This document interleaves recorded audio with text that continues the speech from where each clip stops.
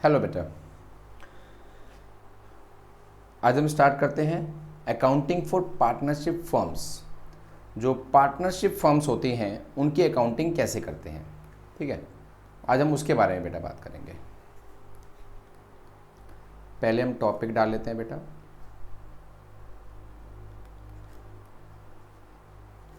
Accounting for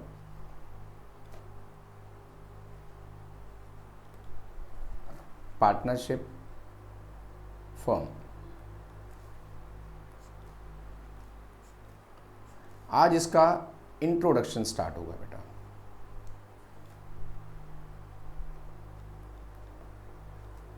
ठीक, और इसके इस चैप्टर को जो हम स्टार्ट कर रहे हैं फंडामेंटल के नाम से भी जानते हैं लोग।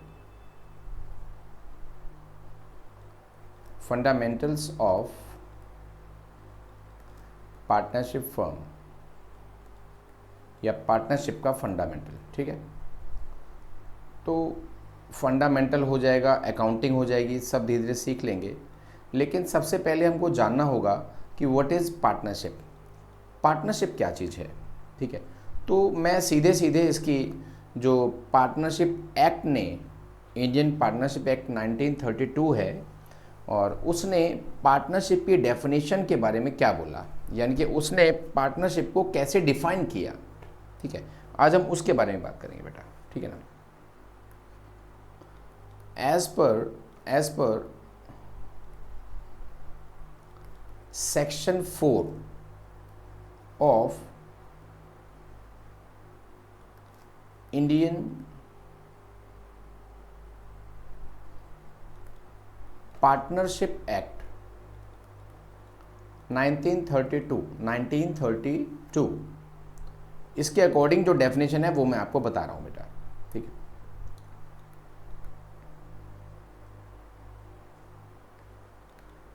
Partnership is the relation between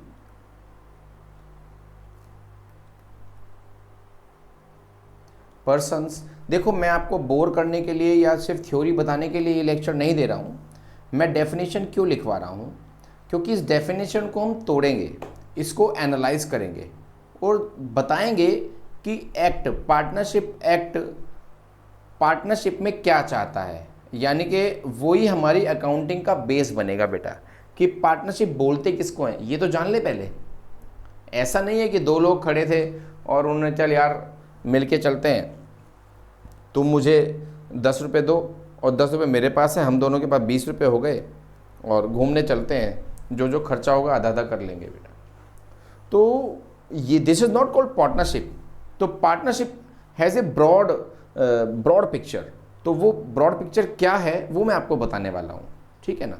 तो पहले पार्टनरशिप को जान लें क्या है, उसके बाद ज़्यादा थ्योरी हमें करनी नहीं है, थ्योरी के सेक्शंस बाद में आएंगे, मैं सीधा प्रैक्टिकल की ही बात करूँगा। लेकिन प्रैक्टिकल को जानने से पहले मुझे जानना पड़ेगा कि I am talking about the partnership firm. तो पार्टनरशिप क्या चीज़ है, पार्टनरशिप क्या है, ठीक है ना। तो पार्टनरशिप के बारे में जानना है बेटा, ठीक है ना। Partnership is the relation between persons. Persons लिखा है बेटा, ध्यान देना। तो एक आदमी नहीं है, दो या दो से ज़्यादा लोग होंगे, ऑब्वियस सी बात है, पार्टनरशिप तभी कहलाती है ना। पर्सन्स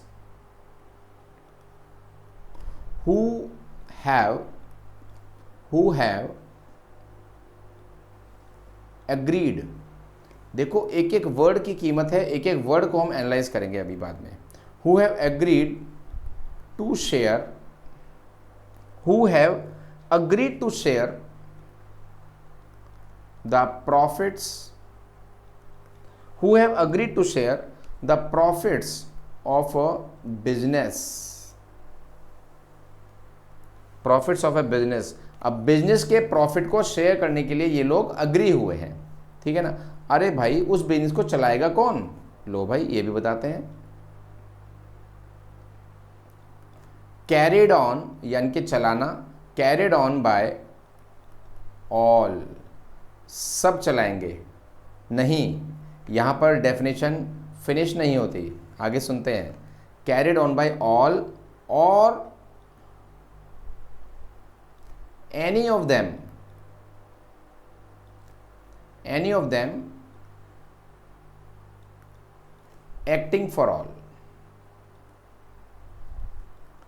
इसका मतलब ये हुआ कि उस बिजनेस को या तो सब मिलकर चलाएंगे या उनमें से कुछ लोग चलाएंगे, लेकिन बाइंडिंग वो सब पर होगा। जो भी डिसीजन लिया जाएगा पार्टनर तीनों कहलाएंगे और डिसीजन तीनों का माना जाएगा और वो बाइंडिंग भी सब पर होगा। एक्टिंग फॉर ऑल का मतलब ये होता है। चलो मैं एक एक करके इसकी हर चीज़ को आपको बताता हूँ, डिफाइन करते हैं कि ये क्या चीज़ है। एक्टिंग फॉर ऑल और एग्रीमेंट और पर्सन्स, इनके बारे में हम लोग बात करते हैं अपन।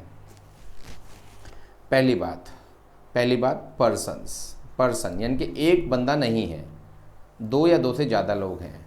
तो इसके फीचर्स, ये इसके फीचर्स बन जाएंगे बेटा पार्टनरशिप के। ये इसके फीचर्स बन जाएंगे और मैं डेफिनेशन को ब्रेक कर रहा हूँ। फर्स्ट पॉइंट निकल के आता है टू और मोर पर्सन्स। एक पॉइंट ये भी निकल के आता है रिलेशन, यानी कि इनके बीच में क्या है, एक रिलेशन है। और मैं टेक्निकल वर्ड अगर यूज़ करूं तो ये एसोसिएशन है।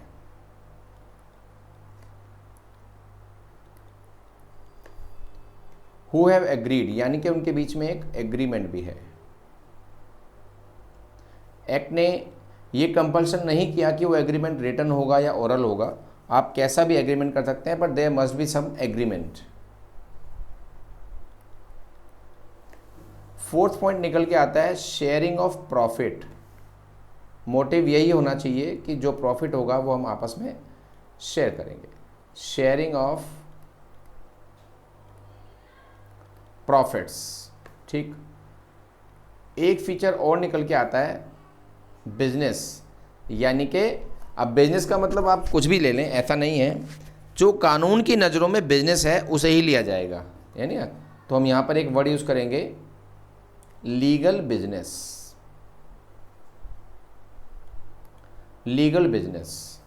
और एक कंपोनेंट लास्ट लाइन से निकलता है, कैरिड ऑन वाली लाइन से, कि कैरिड ऑन बाय ऑल और एनी ऑफ देम। उसको कोई भी चलाएगा। अरे एक फीचर और भी निकलता है, एक्टिंग फॉर ऑल से एक फीचर निकल जाता है कि एवरी पार्टनर, पार्टनरशिप के अंदर जो भी ऑनर्स होते हैं, जो मिलके काम करते हैं, उन्हें पार्टनर्स बोलते हैं बेटा। Every partner is an agent for others and for firm. क्योंकि एक्टिंग फॉर ऑल का मतलब क्या होगा, जो भी पार्टनर बिजनेस में बिजनेस एक्टिविटी के लिए और बिजनेस को चलाने के लिए जो भी काम करेंगे वो सब पर बाइंडिंग होंगे, यानी कि उसे फर्म का ही एजेंट और फर्म का ही रिप्रेजेंटेटिव माना जाएगा। एजेंट से मतलब वो वाला एजेंट नहीं, यहाँ पर मैं रिप्रेजेंटेटिव की बात कर रहा हूँ कि वो उसको रिप्रेजेंट करता होगा। रिप्रेजेंटेटिव,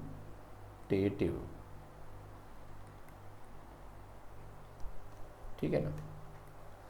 तो ये फीचर्स निकल के आते हैं छोटी सी डेफिनेशन में, और अभी मैंने इनके सिर्फ पॉइंट्स लिखे हैं, इनको एक्सप्लेन भी किया जाता है। जब थ्योरी पोर्शन आएगा तब उसकी बात करेंगे, ठीक है ना। लेकिन एक पार्टनरशिप होने के लिए, अगर मैं एक बिजनेस की बात करूं, तो पार्टनरशिप बिजनेस के होने के लिए ये फीचर्स होना कंपलसरी है। जब ये जान जाएंगे, इनके बारे में थोड़ा सा समझ जाएंगे, इसी के बाद हमें अकाउंटिंग स्टार्ट करनी चाहिए बेटा। तो पहले आप इतना आज पढ़ लीजिए, इसको जान लीजिए।